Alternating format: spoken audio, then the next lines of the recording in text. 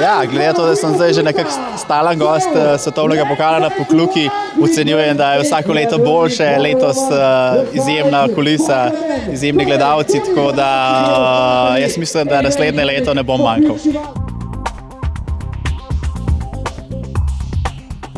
Ja, nekako puščam še možnost, da se izboljšam za čas, ko bom pač nekako nehal zaključil z aktivnim deskanjem, ampak definitivno je en poseben doživetje.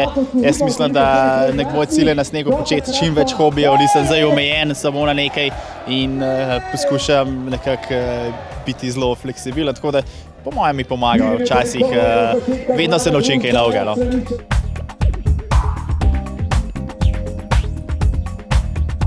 Nasvet, ki sem ga pogosto slišal, je bil ta, naj nadaljujem tam, kjer sem končal. Zdaj jaz mislim, da smo to vsi nekako pokazali, ne nazadnje že vsi olimpijski medalisti ali pa vsaj večina smo posegali po medaljah, ostali še bodo, tako da to pomeni, da nismo spali čez poletje in veselim se tudi naslednjih tekem po novem letu.